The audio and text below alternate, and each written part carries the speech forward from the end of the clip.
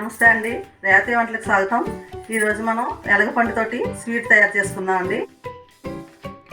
ఇవి ఎలగపండు అండి. పచ్చికాయ అయితే మనం పచ్చడి చేసుకుంటాం కదా, ఇవి ముగ్గిపోయినప్పుడు దీనిలో మనం బెల్లం పాకం పట్టుకుని అందులో వేసుకుందాం అండి. చాలా టేస్ట్గా ఉంటుంది.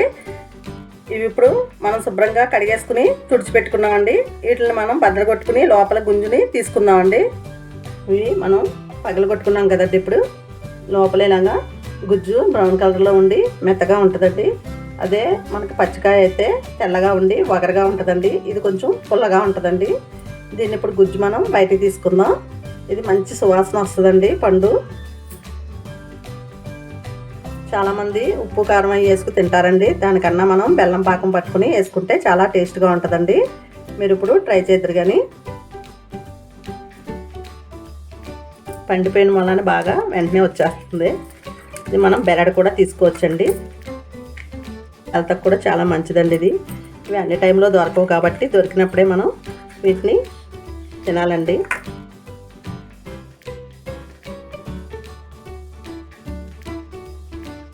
ఇలా మెత్తగా ఉంటుందండి.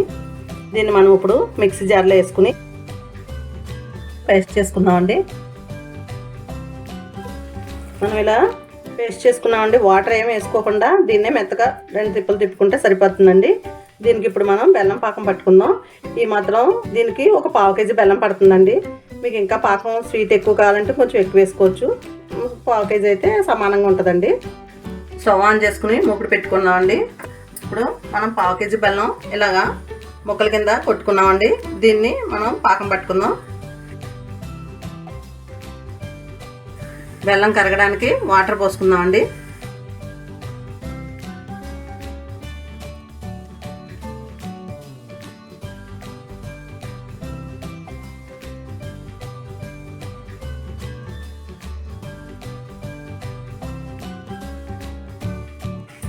గరిటెలా పెడితే మనకు అలా తీగపాకంలాగా రావాలండి. అప్పుడు కొంచెం మనం స్టవ్ ఆఫ్ చేసుకుని దీన్ని చల్లారి పెట్టుకుందామండి. ఇది బాగా చల్లారిపోయిందండి.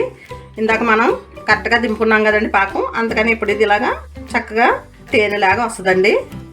ఇప్పుడు ఇందులో మనం వెలక్కాయ పేస్ట్ వేసుకుందాం.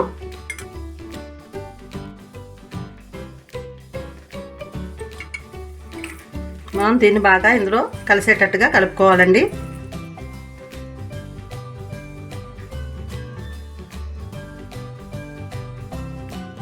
ఇది ఇప్పుడు మనం బౌల్లో తీసుకుందామండి. ఎంతో టేస్ట్గా ఉండే వెలగపండు స్వీట్ తయారైపోయిందండి. మీరు ఇది ఇలా టేస్ట్ చేసినా చాలా బాగుంటుంది. నెక్స్ట్ ఇది కూలింగ్లో పెట్టుకుని తిన్నా కూడా చాలా బాగుంటుందండి. తప్పకుండా ట్రై చేయండి. వీడియో మీకు నచ్చితే లైక్ చేయండి, షేర్ చేయండి, సబ్స్క్రైబ్ చేసుకోండి.